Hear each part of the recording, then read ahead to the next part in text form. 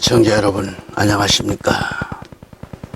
오늘은 예수님 재림의 때 일어날 일들 사건 중에 9번째로서 여름에는 샤워를 자주 하라, 이런 말씀을 주제로 말씀 전합니다. 하나님은 스가랴 선지를 통해서 이렇게 말씀으로 엄히 경고하셨습니다. 스가랴 13장 9절에 내가 그 3분의 1을 불로 통과하게 해서 은을 정련하듯이 그들을 정련할 것이며 금을 단련하는 것처럼 그들을 단련하리라. 그들이 내 이름을 부르리니 내가 그들을 들으리라. 내가 말하기를 이는 나의 백성이라 할 것이요 그들은 말하기를 주는 나의 하나님이시라 할 것이라. 아멘. 오늘 본문 말씀, 여기서 주님의 심판을 받아서 3분의 1은 멸망입니다. 그리고 3분의 1이 남았는데 이들을 하나님은 불 속에 집어넣습니다. 그리고 참신자를 구별해 내신다는 말씀이죠. 진짜인지 가짜인지 환란의 불도가니 속에 집어넣어 봐야 알 수가 있는 거죠. 예수님도 마귀에게 걸려서 시험을 당하셨지 않습니까? 마태복음 4장 1절에 그때에 예수께서 마귀에게 시험을 받으시려고 성령의 인도로 광야에 가시니라 그랬습니다. 나와 여러분은 육신이 너무도 연약하지요. 그러나 우리는 영이 원하는 길로 가야 합니다. 시험을 영으로 이기는 자들이 돼야 되겠죠. 창세기 22장 1절에 하나님께서 아브라함을 시험하시려고 그랬습니다. 이 시험이란 넘어지는 것을 가리킵니다. 우리는 시험받을 때에 넘어져서는 안 됩니다. 시험을 영으로 이기는 그런 자랑스러운 신앙인이 돼야 됩니다. 내가 이기는 것은 내가 사는 길이죠. 지면 완전히 탈락입니다. 아브라함은 창세기 12장에서 여호와의 말씀대로 주님을 믿음으로 믿고 따랐을 때 믿음의 조상이 되었습니다. 그러나 그 후 창세기 22장 1절에서 아브라함에게 이삭을 바치라는 시험이 옵니다. 그때에 아브라함은 만일 주여 무슨 말씀을 그렇게 하십니까? 믿음의 조상이 될 것을 약속해 주셨으며 그리고 아들 이삭을 주셨는데 그러나 주신 아들을 모리아 산에 데리고 주님을 위하여 제물로 드리라고 하셨으니 여기서 우리가 생각할 때 무엇인가 잘못된 것이 아니겠느냐고 할 것입니다. 그래서 이삭은 바칠 수도 없고 내가 이삭과 잘 살겠으니 하나님 이 일만은 포기해 주시기 바랍니다. 만일 아브라함이 그렇게 했더라면 믿음의 조상이 될 수 없지요. 축복의 기회를 상실되고 말았을 것입니다. 그러나 아브라함은 믿음의 사람이었기 때문에 창세기 20장에서 하나님의 그 말씀 앞에 그대로 순종을 합니다. 불순종하겠다는 생각도 없습니다. 하나님의 명령 앞에 즉시 순종했습니다. 마찬가지로 아브라함의 순종을 통하여 오늘 우리에게도 그러한 믿음을 본받고 순종하라는 뜻으로 암시해 준 말씀이죠. 고린도전서 3장 13절 말씀 보면 하나님은 시험을 허락하사 참신자의 모습을 말해주고 있습니다. 각 사람의 일한 것이 나타나게 되리니 그 날이 그것을 밝힐 것이다. 이는 그것이 불로서 드러나고 또 그 불은 각 사람의 일한 것이 어떤 종류인지를 시험할 것이기 때문이라고 했습니다. 여기서 그날 마지막 종말을 가리킵니다. 그날이란. 그리고 사랑하는 성도 여러분, 말세는 절대 시험에 들면 안 됩니다. 넘어지면 안 됩니다. 오직 이기는 자가 되어야 됩니다. 요한계시록에도 7교회에 많은 말씀은 이기는 자, 이기는 자. 귀 있는 자, 귀 있는 자. 이 말씀을 해서 이기는 자, 이기는 자를. 이기는 자가 아버지 나라에 들어갑니다. 오직 시험에 합격하는 성도들이 되어야 됩니다. 마지막 때에 시험 들면 끝장이죠. 시험을 물리치고 이기는 자들이 되어야 됩니다. 현재 시험에 들어있다고 하면 속히 빠져나와야 합니다. 마지막 때에 가서는 그 시험으로 말미암아 죽음의 길로 직행할 수밖에 없다라는 것. 이 점을 우리는 또 명심해야 할 것입니다. 마지막 때에 우리는 시험에 들지 말아야 합니다. 그리고 목회자가 마음에 들지 않는다고 해서 시험에 들면 결국 자신이 망하는 길임을 알아야 합니다. 마지막 때 주의 참된 종은 바른 진리와 바른 말만 하기 때문에 많은 사람들이 싫어합니다. 그렇다고 해서 진리의 말씀 앞에 시험 든다면 그는 끝장이지요. 둘째로 세상 끝에는 자주 씻어야 합니다. 씻어라는 말이 뭐죠? 자주 씻는다. 기도를 가리킵니다. 여름에는 땀방울이 많아요. 땀을 많이 흘리면 살결이 끈적거리고 냄새가 나잖아요. 그래서 자주 씻어야 합니다. 아침 저녁에 자주 씻어야 합니다. 샤워하라. 이처럼 마지막 때가 가까워질수록 믿음을 가진 신앙인이라면 자주 씻어야 돼요. 여기서 영적으로 자주 씻는다 하는 것은 기도와 말씀으로 영을 새롭게 하라 그런 얘기죠. 기도와 말씀으로 자신을 자꾸 씻어내야 돼요. 그런 뜻입니다. 새벽 기도를 통해서 씻어야 합니다. 아침에도 기도로서 씻어야 합니다. 점심때에도 저녁에도 기도하고 씻어야 합니다. 말씀으로 기도로 씻어야 합니다. 할렐루야. 에베소서 5장 26절에 이는 그가 교회를 말씀에 의한 물로 씻어 그래 거룩하게 하시고 깨끗게 하사라는 말씀을 합니다. 그가 교회, 즉 교회, 성도를 말하는 거죠. 교회는 성도. 그가 교회를 말씀에 의한 물로 씻어 거룩하게 하시고 깨끗게 하셨다고 했습니다. 우리는 자신도 모르는 사이에 이 신앙생활이 낙후될 때가 있어요. 그런데 문제는 말씀과 기도를 통해서 낙후된 신앙생활이 회복되었으면 좋겠는데 알면서도 회복된다는 것이 힘들어집니다. 나 이러면 안 되지 그러면서도 점점 더 신앙생활이 침체의 길로 곤두박질하고 있습니다. 급기야는 기도하는 것까지도 싫어지고 하나님의 말씀인 성경을 읽는 것도 싫고 관심에서 멀어지는 겁니다. 싫은 거죠. 급기야는 육신을 즐기는 일로 오락으로 심지어 TV 박스에 머리를 박고 살고 있고 영적인 생활이 무기력하게 되고 진리가 무엇이냐고 하고 관심이 없다는 거죠.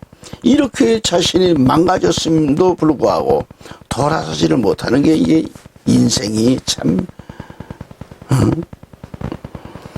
회개란 예수를 영접하지 못했던 자라도 예수 그리스도를 자신의 구주를 영접하고 지난날에 그렇게 잘못 살아온 것들 그리고 우상숭배했던 그런 길에서 돌이켜 고백하고 주님 뜻대로 살겠다면서 회개했을 때 우리 주님께로부터 죄사함을 받고 하나님의 자녀가 되는 겁니다. 회개란 잘못을 뉘우치고 돌아서는 것을 가리킵니다. 잘못을 눈물로 뉘우치고 잘못된 것들을 던져버리고 회개하고 새롭게 거듭나겠다고 하는 그런 각오, 결심 이게 매우 중요한 겁니다. 저도 그렇게 했으니까요. 그런데 안타까운 것은 신앙생활이 식어지면서 그런 낙후된 자들이 이 시대에는 많습니다.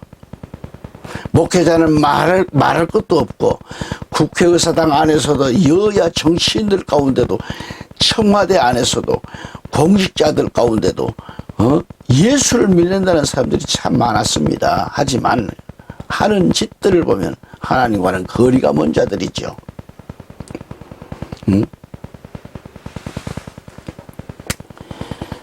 여러분 지금 얼마나 지금 국회를 보십시오.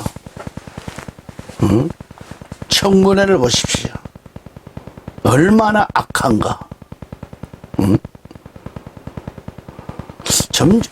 좀 변화가 좀 됐으면 좋겠어요. 대통령을 칭찬도 좀 해주고, 칭찬하는 데는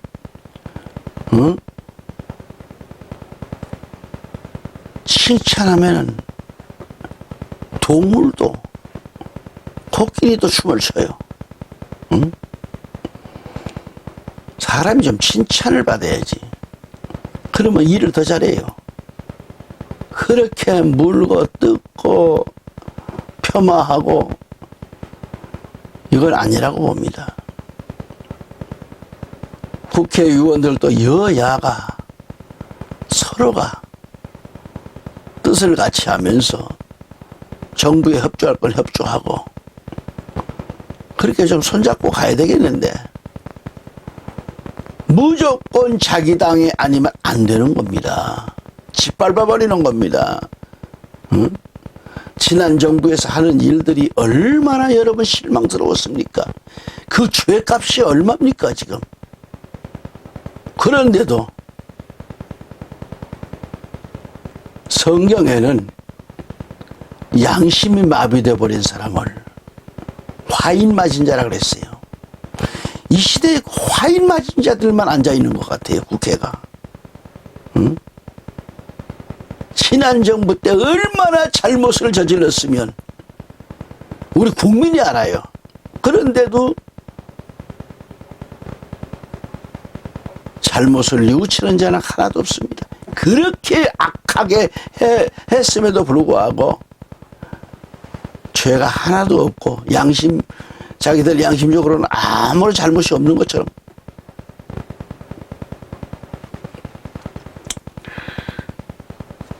나약한 사람들을 억압하고 이런 것들이 얼마나 많았습니까? 그것도 모자라서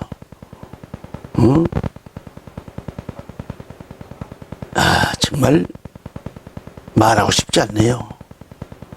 여러분 사이코패스들이 어떤 자들입니까? 한때 예수를 영접하고 믿었다지만 회개하고 신앙생활을 한다고 하는 자들 중에도 현재 타락하고 죄악을 저지르고 악해진 자들이 많습니다. 사단 마귀의 졸개가 되어버린 그런 자들이 얼마나 많은가? 교회 강단에서 목회자가 회개하라고 외치는 것은 교인들 중에도 그런 잘못된 길을 가는 자가 있기 때문에 목회자는 회개하라고 외치는 겁니다. 진실로 회개하고 거듭난 자들, 성령 충만받아 주님의 뜻을 따라 사는 신앙인들에게는 회개는 해당되지 않습니다만 오직 잘못된 자들을 향해서 회개하라고 외치는 것은 1000번, 10,000번 외쳐도 과하지 않습니다. 거듭 말하지만 회개하고 예수 그들을 영접하고 흠없는 그런 양처럼 신앙생활에 돈독한 믿음을 가진 자들은 예수님도 칭찬하십니다. 교회에서도 칭찬을 받습니다. 하지만 회개 없는 인생은 죽은 인생이요 죽은 믿음입니다. 애청자 여러분, 회개 없는 인생은 생명 없는 죽은 자입니다. 거듭 말해서 회개는 내가 천국과 연결된 최고의 고리라고 하는 것. 고리. 이 점을 잊어서는 안 될 것입니다.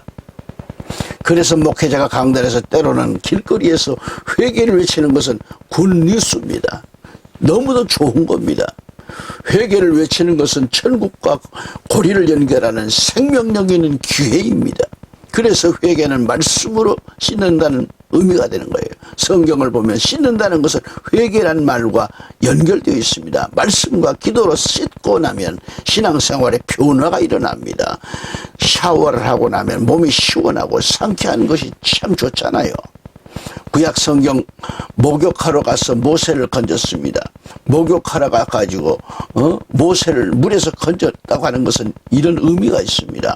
파라오의 딸은 교회의 표상이 되는데 이것은 교회가 회개하니까 그렇게 좋은 성도를 보내주었다고 하는 뜻입니다. 할렐루야. 또한 예를 들면 밧세바의 아내가 목욕하다가 무엇이 되었는가? 황후가 되었습니다. 밧세바의 아내가 목욕하다가 황후가 됐다고 하는 것은 부정적으로 들으면 안 됩니다. 나쁜 의미로 생각하지 말고 진리를 깨달아야 합니다. 하나님의 말씀인 성경 말씀을 좋은 안경을 끼고 보아야 하고 들어봅시다. 들어야 돼요.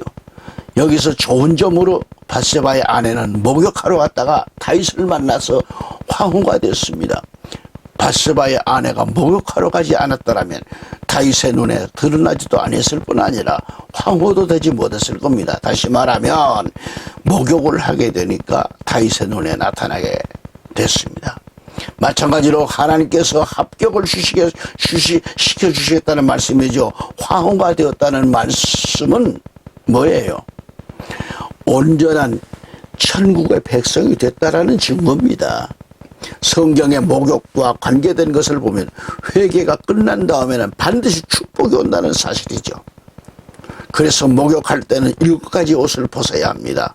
첫째는 무슨 옷 벗어요? 위선의 옷을 벗어라. 둘째는 시기의 옷 벗어라. 셋째는 질투의 옷 벗어라. 넷째는 교만의 옷 벗어라. 다섯째는 높은 자리 옷을 벗어라. 여섯째는 명예의 옷 벗어라. 일곱째는 사치의 옷 벗어라. 이 7가지를 벗어 던져야 됩니다. 이 7가지 옷, 자기의 7가지의 옷을 다 벗어 던져야 됩니다. 예, 청자 여러분, 여기 7가지 옷을 벗어 던지라고 했어요. 깨끗이 쓰려면 반드시 옷을 벗어야 하잖아요. 그래야 샤워를 깨끗하게 합니다. 위선의 옷, 시기의 옷, 질투의 옷, 교만의 옷, 높은 자리의 옷, 명예의 옷, 사치의 옷 등등 이러한 옷들을 벗었을 때 드디어 주 안에서 성령으로 충만하게 되고 은혜가 충만하게 됩니다. 회개함으로써 거룩한 하나님의 인침받는 사람들, 성도로서 새롭게 태어난다고 하는 이 사실, 회개도 2가지가 있는데 좋은 회개와 나쁜 회개가 있다는 것을 알아야 됩니다. 사랑하는 성도 여러분, 애청자 여러분, 오늘도 말씀을 여기서 접습니다. 다음 시간까지 안녕히 계십시오. 할렐루야.